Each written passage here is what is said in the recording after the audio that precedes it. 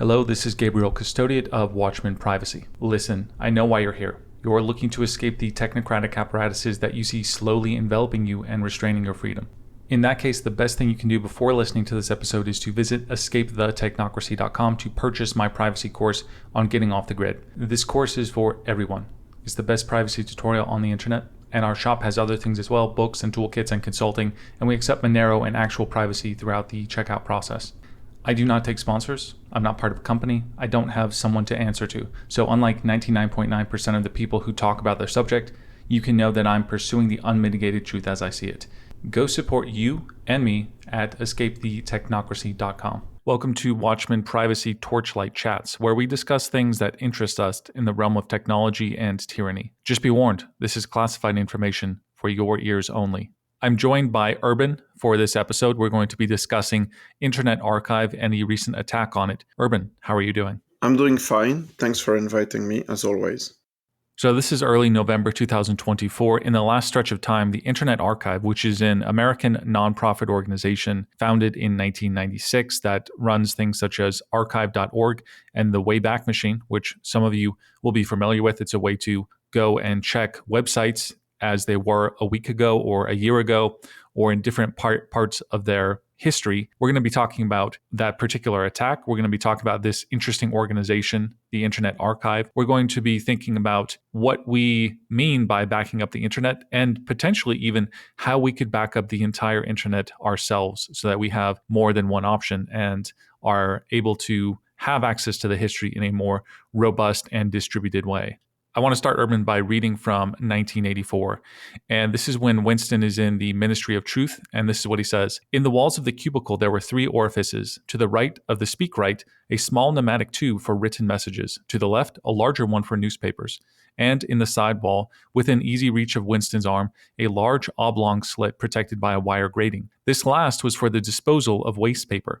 Similar slits existed in thousands or tens of thousands throughout the building, not only in every room, but at short intervals in every corridor. For some reason, they were nicknamed memory holes. When one knew that any document was due for destruction, or even when one saw a scrap of paper lying about, it was an automatic action to lift the flap of the nearest memory hole and drop it in, whereupon it would be whirled away on a warm current of warm air to the enormous furnaces which were hidden somewhere in the recesses of the building. So this is a fascinating part of the world that George Orwell imagines, where people are rewriting history and they are literally destroying the evidence of this previous history. And Winston, who works at this facility, actually has this fascinating line where he says, when you didn't have an accurate idea of history and it kept changing in subtle ways, people they didn't have a good grasp of reality. Everything seemed fuzzy. Everything seemed hazy. This is a reference that a lot of people have been making in light of the recent attack on the Internet Archive, where, hey, suddenly we realized that this tool that a lot of us were relying on for various reasons, if that were to go away, we really wouldn't have an idea of things that have happened in the past of the Internet Archives. There was a lot of shock and disbelief. You never really miss something until right the point where you don't have it and you don't realize how useful it was. Just because, so sometimes information change and things are updated and modified and you want to see an historical reference. So initially I blamed it on my internet connection, right? I was like, it's not possible, right? How could the Internet Archive be down? But then as the news started to pour in and I checked on Twitter and in some Telegram group that I'm part of, people were like, oh yeah, no, they have been facing trouble. So this was quite surreal.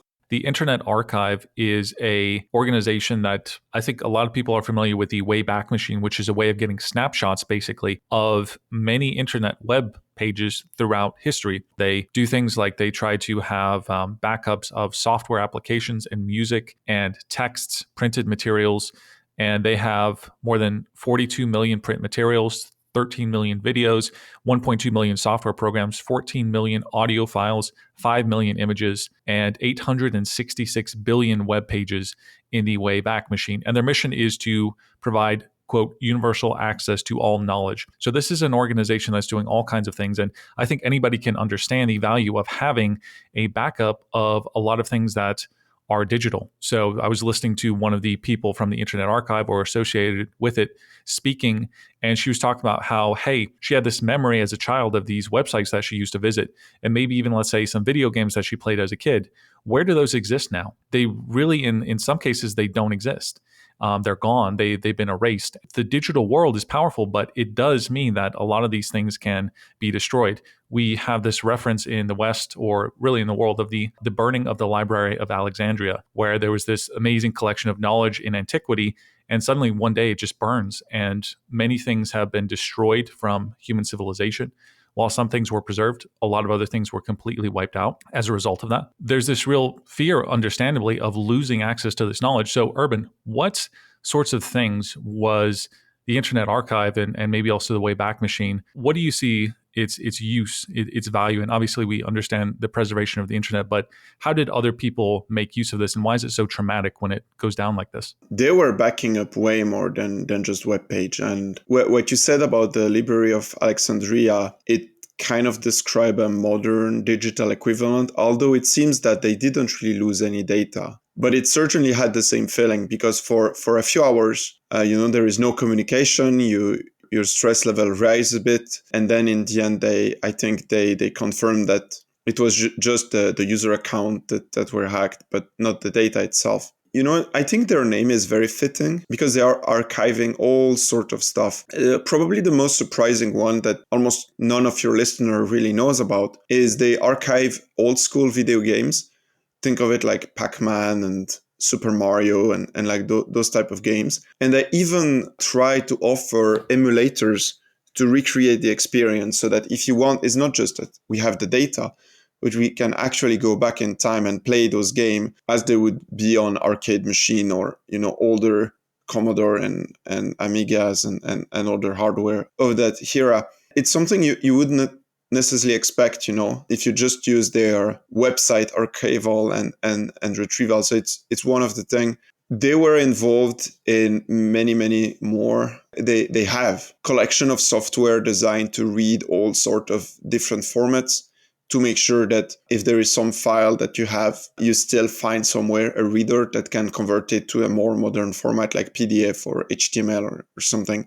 So they also maintain all kind of sort of tools like this to help them in their mission of archiving and preserving data. Yeah, and it's used by people who do open source intelligence gathering. It's used actually by news organizations. And it's maybe once a week that I get a link from somebody where, hey, this article or this webpage was taken down, but there's a copy of it on the Wayback Machine. So it is quite useful for researchers. Examples, I think of the World Health Organization, where they rewrote the definition of natural immunity. So it's a good way to keep powerful organizations in check. It's what some people just use to say, hey, what was my website like 10 years ago? Well, you can go back and check. So some people kind of relied on it as a personal idea of a backup in a certain sense. It was, as you can imagine, a organization that was targeted by various people. Talk, Urban, about some of the attacks or some of the people that disliked the Internet Archive leading up to the people who actually tried to shut it down for this period of time. There is really a range. I would say there is no typical profile of some. It's very diverse. It's a very diverse group that goes against an organization like this. So on one side, you have someone who did something bad, had a bunch of articles, published about this. They are trying to rebuild their life, and they can't because, any employer will just go on Internet Archive and find their name, find whatever they did that they are trying to go past. So they were in the crosshair with things like GDPR and the right to be forgotten, those type of legislation. For better or worse, I think my position there is that it's a technology, and then we need to kind of learn how we use it. And then on the other extreme, you had people from the big publishing companies, and they launched like a legal attack against it that was, from what I've heard, pretty nasty, and they were really trying to shut them down from using law as a warfare tool, like doing lawfare and trying to shut them down or to heavily castrate them, by having entire sections removed. So that's a bit the range of people who wanted to see it change. More recently, you had this cyber attack, and this was kind of unique because the Internet's Archive, even amongst, black hat guys, it's like a very respected organization. Everybody uses it in one way or another. So up until a few weeks ago, it never really attracted any serious hacking attempt, right? There was never like an attempt to digitally shut it down, which made this whole DDoS very, very weird and very unique in its history. Just so that people understand how something like the Wayback Machine works, right? So basically, it's taking screenshots of websites at regular intervals, and websites are obviously public information. So in a certain sense, it's simply recording things that people have chosen to make public at certain points in time, right? So just describe for a moment how something like Wayback Machine works. What is a web crawler, for example, could be a useful thing, and just describe briefly the kind of the mechanics of how something like this might work. The web is really like a ginormous collection of different documents that are linked together. Just like you can go in on a page and then follow the links and go to the next page, you can also program a small software to do this in a automated or semi-automated way, and to basically like randomly browse the internet and save pages that it finds. This is called like a crawler or a spider. Spider, you have like the web of the internet, and then it's like a spider going and following the various links. So this is like one way, but they also relied on manual intervention. You yourself, if you want to archive something, you can submit pages, and this way they discover them. Often what happens is when you do this, they will just add those links to the list of pages that the crawler should visit. It's a bit of a random process. Obviously, if they have some algorithm to decide how often they should visit your website, and this can go from every few days to every month or like once a year. So yeah, this is not really different from a traditional search engine. I would say the only thing that it does that is maybe different is that it tries to access all the research and save them, right? Not just the page, not just the keywords to index them, but really the metadata, the images, the JavaScript, like all of this to then like store a working copy of the page. So it is a bit more complex in that regard than just a simple, indexer for a search engine. And then, so let's talk about the attack then. October 9th, the Internet Archive's team confirmed a DDoS attack, site defacement, and a data breach. So the data breach involved basically people who had created an account on the website to, I think, have special access to various things. A lot of those were compromised. So, of course, we recommend that you don't create accounts for things. And if you have to, you use an email address, a burner email address. A simple login is kind of the popular one. I find a lot of value in things like 33mail. I'm very skeptical of Proton collecting all these smaller companies. Either way, you create an email that you're okay getting hacked or getting exposed. So however you do it, you want to assume that whatever credentials you have for an online website will eventually be breached. So that's obviously something we teach. So this should not surprise anybody that the data breach happened. But this DDoS attack, there was a hacktivist group called SN Black Meta that's a claim responsibility.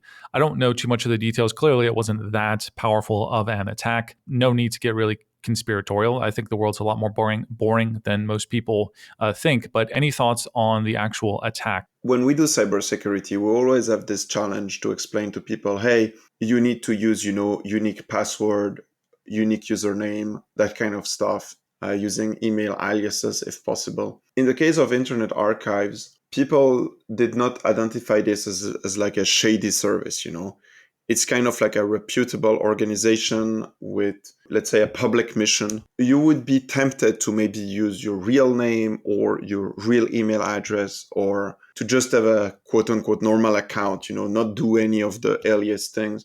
But again, the attacker, you're not the one in charge here, right? Not even the owner of the website is in charge. When you get attacked, it's just out of luck. And I think reiterating to our listener the importance of taking privacy seriously, even when the service is more than reputable and has good reputation, is important. The attack itself, what was unusual about this is they did not want a ransom. Or at least I don't think publicly. it seems that they just wanted to damage the image of Internet's Archive. They were very, they were like, hey, Internet's Archive is not fixing its issue. See, we just have a list of the users of the website. And also this act of defacing website. This is a bit old school. It's like, it doesn't happen that often, it used to be like with Anonymous and like all those hacking group at the end of the 2000, the early 2010 and so on. You had a lot of this, where website will be defaced. You had, a scary skull getting displayed. And it's like, hey, you've been hacked, bro. But nowadays, people, they don't go for the spectacle. They go for the money with like ransomware and extortion and blackmail. It's much more criminalized and in a sad way, like professionally criminalized. So this made it a bit stand out. Like it seems that they were really after the organization itself, and they just wanted to kind of like in a comical way show that Internet's Archive was unable to defend itself, which is a bit at odd with what we see usually.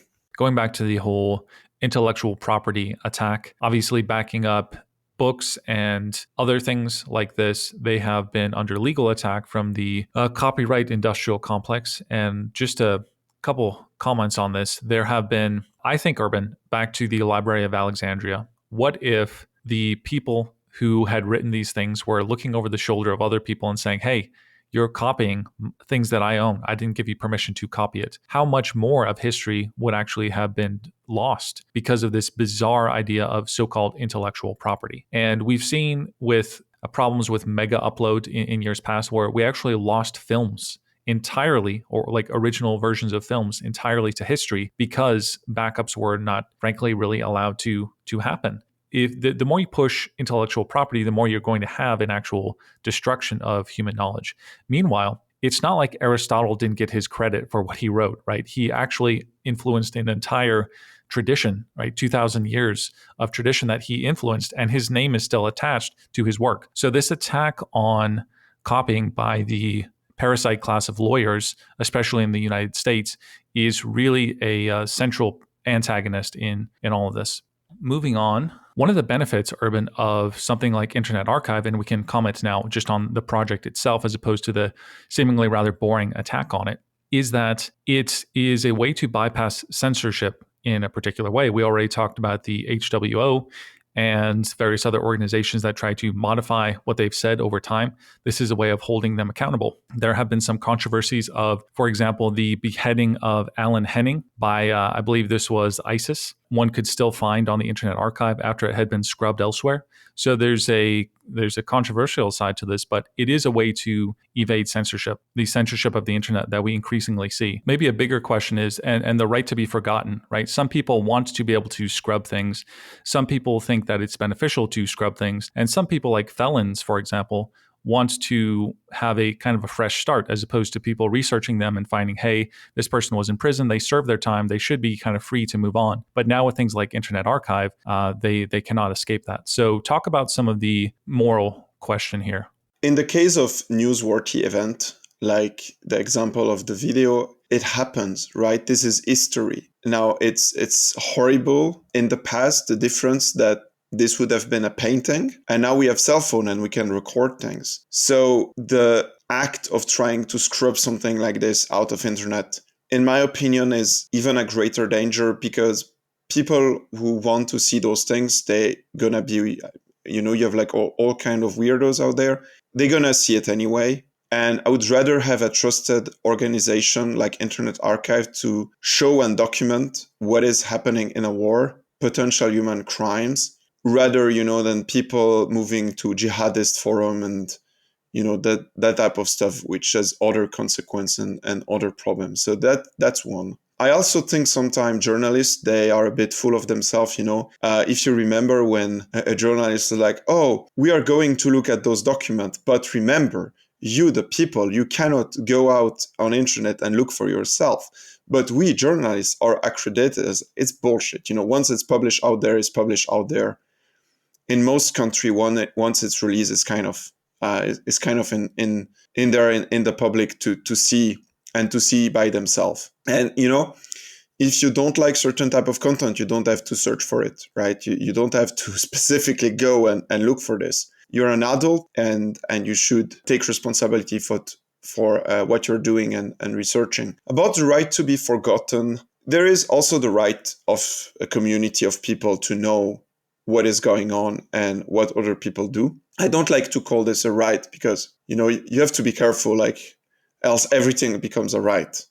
And I think it's a bit misleading. For the forgiveness, yes, this is important that people have second chance and that they can have a fresh start. I think what needs to be changed in some ways also, how do we approach a society? Like, should we publish all the information of everyone out there on internet? I'm sometimes amazed how in US, because of the way some of the system is set up with like social security numbers and how it's asked for virtually everything, this makes the country uniquely vulnerable to things like this. So I think we need to change the way we approach data. In the past, having this kind of data collected and used in some kind of archive would not really be an issue, but now with internet, it might be. And I think it's at the data collection point that we have to change our practice, if that's what we want as society, of course. But once the data is out there, it's hard to scrub, as some singer that had a nice beachfront property in California discovered. You cannot really scrub something that people want to find on the internet. Yeah, and obviously trying to censor the internet is ultimately a chasing after the wind. And really, the only people you're enriching are the lawyer and the legal classes in many cases. And instead of looking at the Wayback Machine and some of the controversy that ensues and saying, hey, should we have this tool? Instead, this should be a time for people to reflect on how transparent the internet is, how permanent it is, where websites and government should not be requesting so much information, right? KYC, know your customer laws are some of the biggest contributors, if not the biggest, to fraud and all this kind of thing. They actually make things worse. So it's a good time to remove all those KYC laws and things of this sort. It's a good time to reflect on having more things offline as companies. And it's a good time as individuals to realize that you got to be careful what you expose on the internet, what photos you put up, et cetera, because whether it's the Wayback Machine or Urban, think about what Russia and China and these other governments have. If you think Wayback Machine is taking screenshots of the internet, of this public information, how much more do some of these governments, North Korea, have on all the pages of the West or of the world? I'm sure they have entire dossiers of this kind of stuff. So it's a good time to reflect on having less on the internet and not trying to demonize the tools, which are always going to exist as long as there's anything transparent, right, to be assessed. I think there is a good example of this that I've seen recently used. So around where I live, a few years ago, there was some soccer tournament, and there were some hooligans, like violently destroying properties, and their picture were recorded by multiple CCTV camera from multiple places. And what happened from the stadium security is they published those images blurred and censored. And they said, look, you have 1 month to come up front and tell us that you are in this picture and kind of like beg for forgiveness, or we're going to publish the non-censored version of it.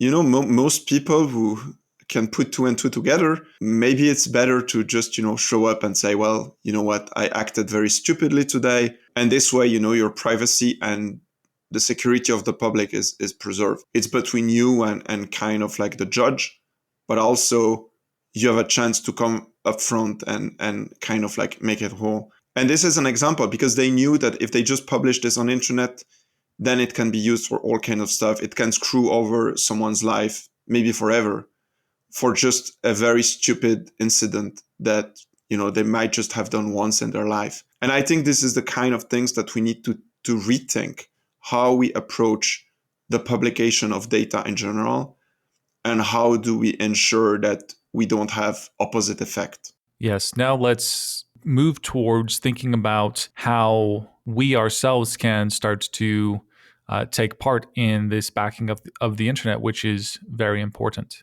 When you see something like this, most people, they think, oh, maybe we should donate money to Internet Archive. And we are not like preventing you. Obviously, if you want to support them financially, that's fine. But we also need to decentralize this a bit. It's kind of a miracle that you had this organization taking in charge like this endeavor of backing up the internet.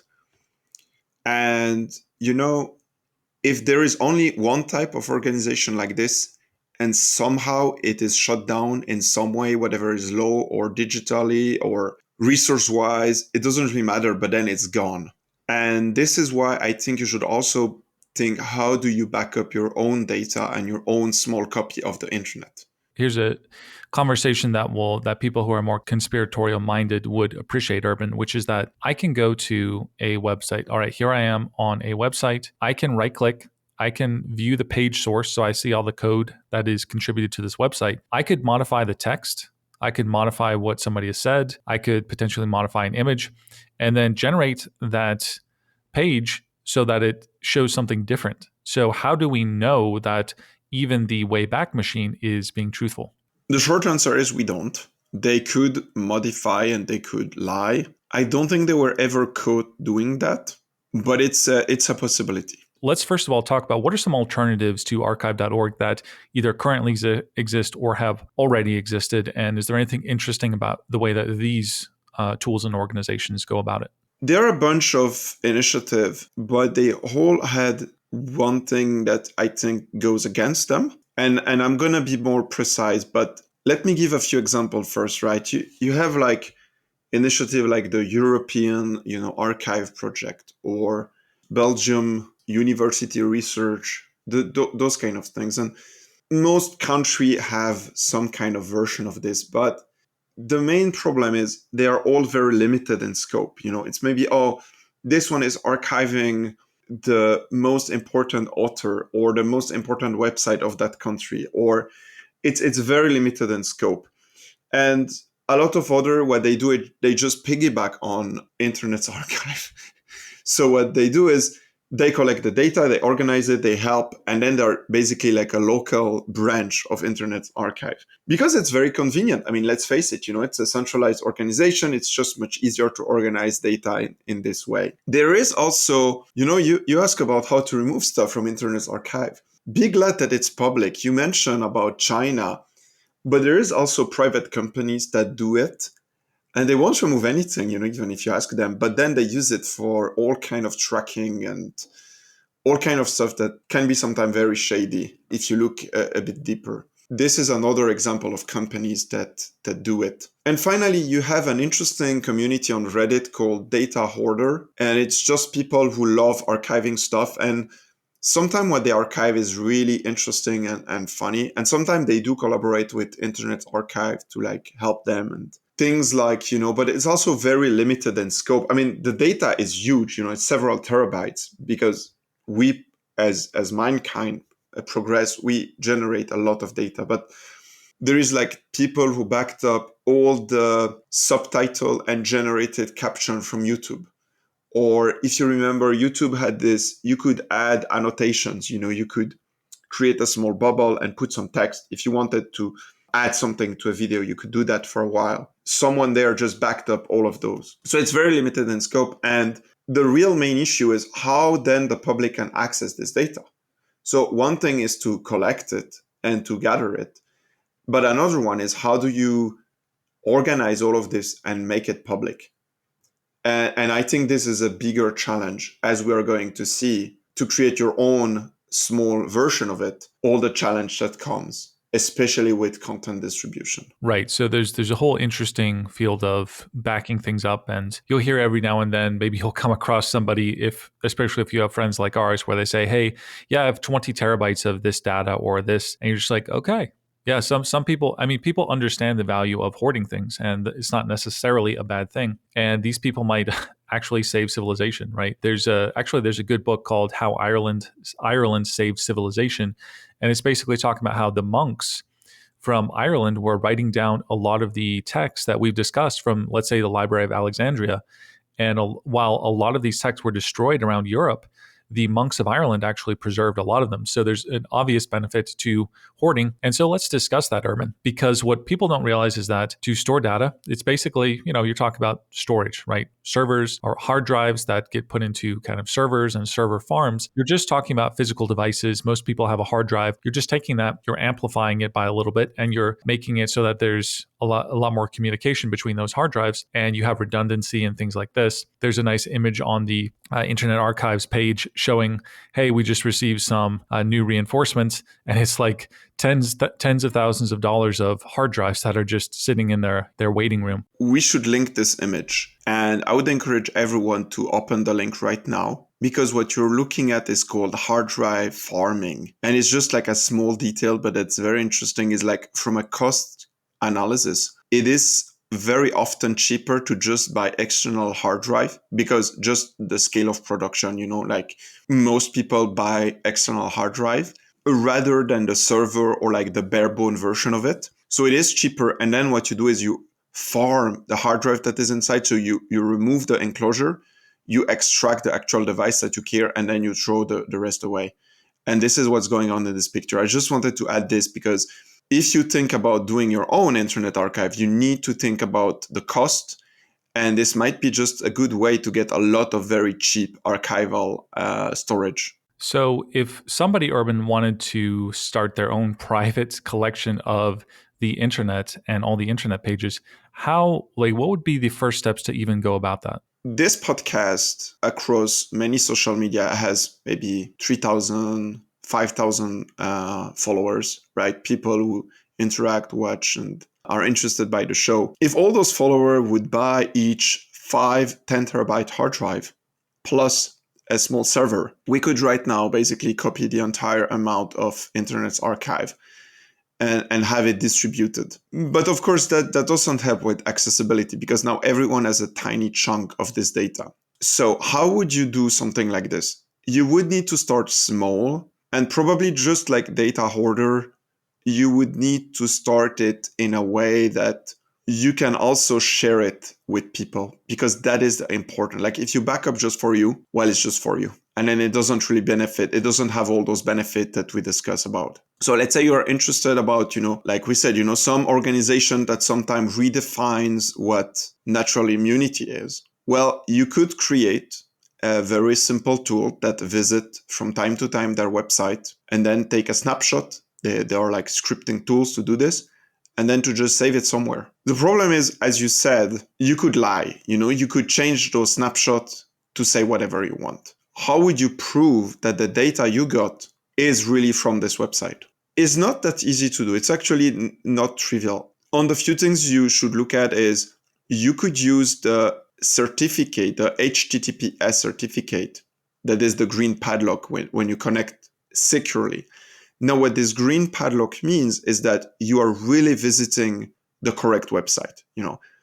If you go to example.com and it shows this green padlock, you are now on example.com, not some malicious version of it. And if you save this certificate with the fingerprint of the page when it was sent to you, you could potentially use this to prove that this page had a valid certificate back when it was saved. And this has been used with emails. So like every time you send an email, it's signed, right? You don't really see it, but it's signed for encryption and all of this. And this has been used by like WikiLeaks to authenticate emails. Even though this was only meant for like securing, not necessarily authenticating. So this is one way, but also, you could lie on the date. You could potentially reorganize a timeline of what happened. So the other step is, once you have all this data, you would need to create some kind of archive or some kind of compressed version of it, and then make a fingerprint out of this and store the fingerprint, which is a very small, a checksum is a very, very small amount of data. The checksum, as its name indicates, checking the sum, will change if you change however small piece of information in your archive. If you change it, the checksum, the fingerprint of it will be completely different. So now, you backed up the certificate, you backed up the page, you fingerprint it, and you could store this fingerprint on the Bitcoin blockchain, right? So if you then include this into a block, you could later on say, look, this is what I backed up. This is what it said. This is the certificate that said that this was on the website. And this is the valid signature. And also the fingerprint was stored on the Bitcoin blockchain. Now, of course, does it mean that every time you visit a page, you need to store it on the Bitcoin blockchain? Yeah, no. What you could do instead is you could put all those fingerprints together, then make a checksum of the checksum, and then publish that, right? And you can chain those things together.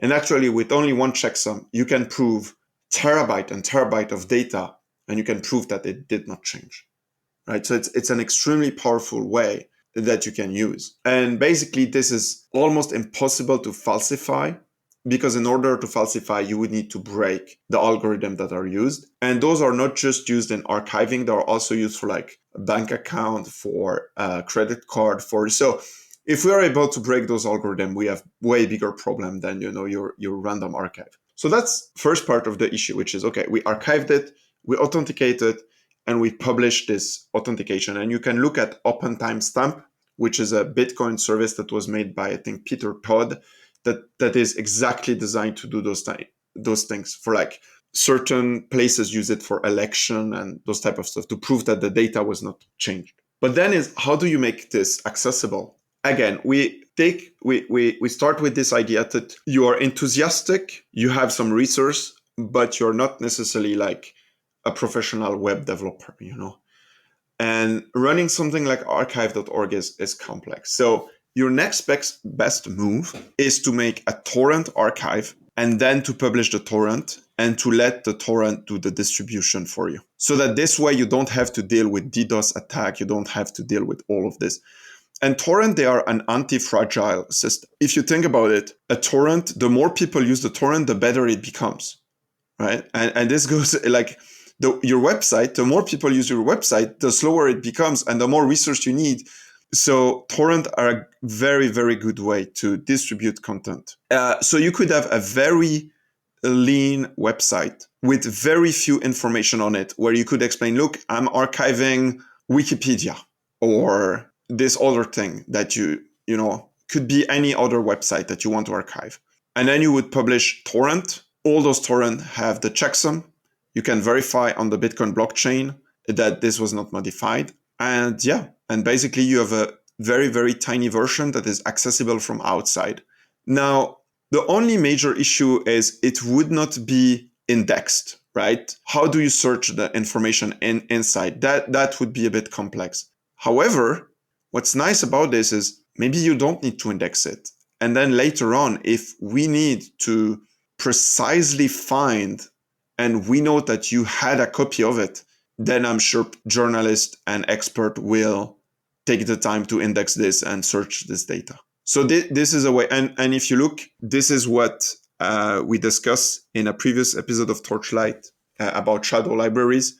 This is kind of what shadow libraries are doing. It's kind of this model. And it's something that seems to work for this very large data set that needs to be replicated. This is a time to consider the importance of having things backed up. If we look to the ancients and we say, well, if only they had more backups. Well, who is saying this? This is the current generation of people who has contributed only, in most cases, to the internet. And the internet can fade away. It can disappear. Evidence of what has transpired can go away. A huge percent of the evidence of what is happening, for example, in Ukraine and Russia, exists in digital form on one centralized service, Telegram. What would happen if that were just to disappear? So this is a time to consider what backups are, what they mean. Go look into what web crawlers are, how to back up data, how to store data. You could start the process of having your own copy of the internet. Otherwise, a lot of the things that we have built and contributed could vanish away into the ether. Hey, thanks for listening. Look, I could use your help real quick. If you could share this, engage with me in some way, leave a review anywhere. This really helps me to break the technocratic shadow banning that is happening with my brand. And of course, if you really want to escape the technocracy, go to escapethetechnocracy.com. Privacy tutorial series, books, consulting, and of course, you can leave a donation. Thank you very much.